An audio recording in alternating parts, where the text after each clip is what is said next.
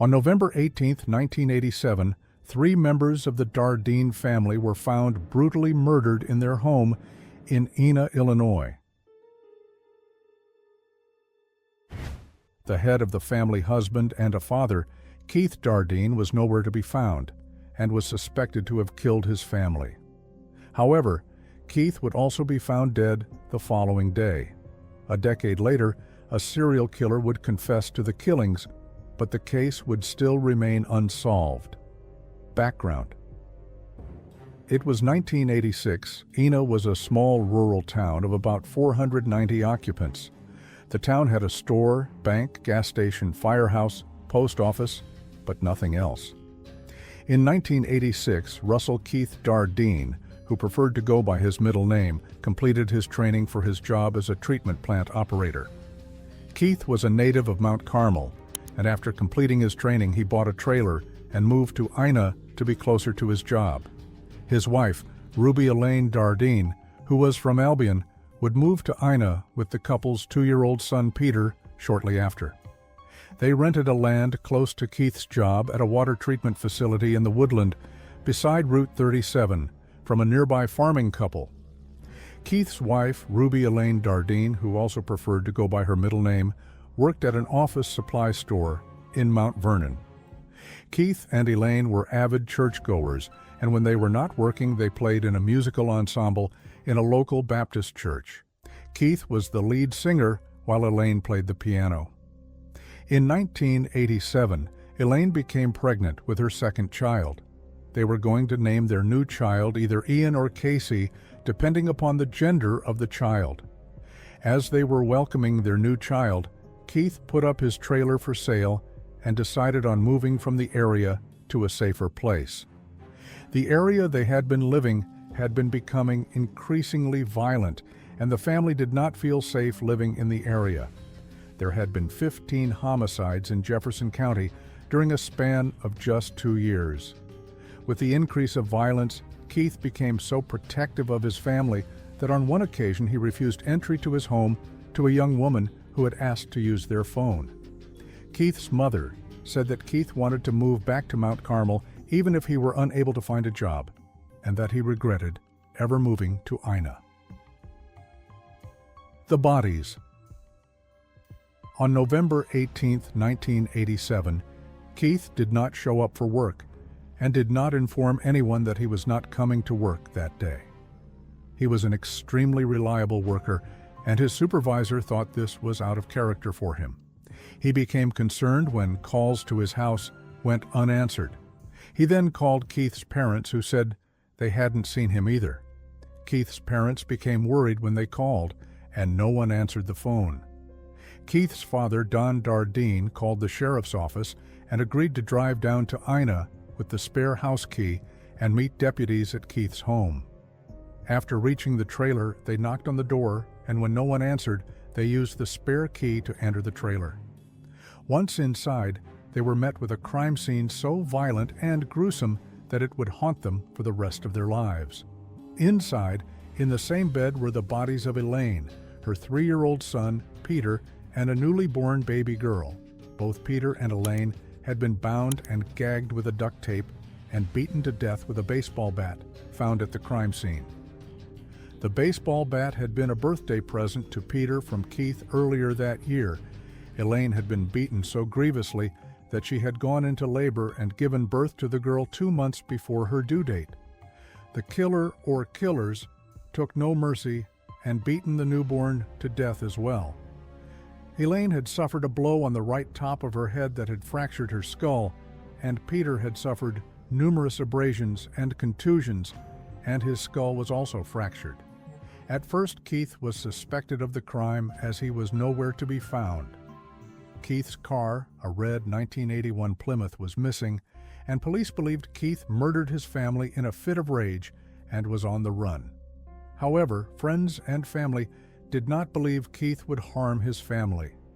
A team was quickly assigned to search for him, but the search quickly ended when a group of hunters found his body in a wheat field approximately a mile away. Keith had been shot 3 times, once in the front skull, once in the right side of the face, and one on the left cheek. His penis was also cut off. His car was parked outside the police station in the town of Benton, 11 miles from his home. His blood was found splattered in the car, and police concluded that he was likely murdered in his car. An autopsy concluded he was likely killed within 1 or 2 hours from the rest of the family. News of the killings caused an unrest among the people living in the area. Many residents bought guns and carried them everywhere to protect themselves. Before the murders, locals used to leave their doors unlocked, but now they checked twice to make sure they were locked. A coroner in nearby Franklin County said that the locals were so scared to let strangers into their homes that if someone was to run out of gas on a country road, instead of knocking on the doors, they would have a better luck walking the highway or hitching a ride. The investigation. A total of 30 detectives were assigned to the case, working day and night. More than 100 people were interviewed, but police were stumped to find a motivation for the killings. No one had anything bad to say about the family. The trailer home was in order with no sign of forced entry. The back door of the trailer had been left open. A VCR, a portable camera, cash, and jewelry were laying in plain sight, but none of it was stolen. The killer or killers had also made an attempt to clean up the crime scene, suggesting they were not in a hurry to leave. Elaine had not been sexually assaulted, and police found no evidence to suggest that Elaine or Keith had any extramarital affairs that could have led to the murders. Police did find a small amounts of marijuana in the trailer, but it wasn't enough to suggest that they were involved in drug dealings. In fact, police started to believe the marijuana may have belonged to the killers. The family wasn't known to be in debts or known anyone who held grudges against them. A stack of papers with sports scores were found in the house, and police wondered if Keith had been in gambling debts. However, it was quickly ruled out. The murders were so brutal that the locals started to believe that Satanist cults were responsible, but a police expert ruled them out, as cults would often mutilate bodies extensively and leave symbols and lit candles at the crime scene.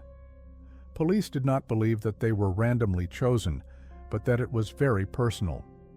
Keith's mother, Joanne, said, "I think someone wanted Keith to sell drugs, and he refused. There's a possibility someone liked Elaine, and she would not accept his advances, and he took out his rage on both of them. We just don't know." With little leads to follow, the case started to go cold. Joanne worked hard to keep the public interest in the case. She would call the detectives throughout the 1990s, offering possible leads she had gathered or asking for any new information on the case. She was able to collect more than 3,000 signatures from residents asking the Oprah Winfrey Show to air the case. But the producers of the show turned her down, stating that the crime was too brutal to be featured on daytime television. America's Most Wanted also turned down airing the case at first, but eventually ran a segment in 1998. However, the feature failed to generate any leads. The suspects. In 1999, Tommy Lynn Sells was arrested for cutting the throats of 2 girls near Del Rio, Texas. One of the girls survived and was able to identify Sells as the killer. He was convicted and sentenced to death for that murder, and another one he committed earlier in 1999. While in prison, he started confessing to a number of other murders that he claimed to have committed while hitchhiking and hoping trains to get around the country. Among these murders, he claimed to have murdered the Dardeen family. In 2010, Sells claimed that in November 1987, while traveling through Jefferson County, he met Keith at a truck stop or maybe a pool hall, and Keith invited him to his home for dinner. After the meal, Sells said Keith suggested to engage in a threesome with him and Elaine. He claimed this alleged sexual offer had set off in him, and in uncontrollable rage, he murdered the whole family. However, friends, family, and the police did not believe this, given how protective Keith was of his family, to even consider letting strangers into his home. Sells was interviewed numerous times, and during those questioning, his story changed several times. Sells gave details that were consistent with the general facts that were already reported publicly. However, he was less reliable when asked about the details that were not revealed to the general public. Joanne initially believed Sells was the murderer when he first confessed in 2000, but as the years went by, she was pretty sure he was not the culprit. Sells confessed to more than 70 murders, but police were only able to link him to 22 murders, with the Dardeen family not being one of them. He was executed in 2014. More than 33 years have passed, and police have been unable to find a motive for the brutal murders of the Dardeen family. The case remains open and unsolved. Stay tuned as we uncover the facts and theories surrounding this disturbing case. Don't forget to like, subscribe, and hit the notification bell so you don't miss any future content. Your support helps us keep these cases alive and keep asking the tough questions.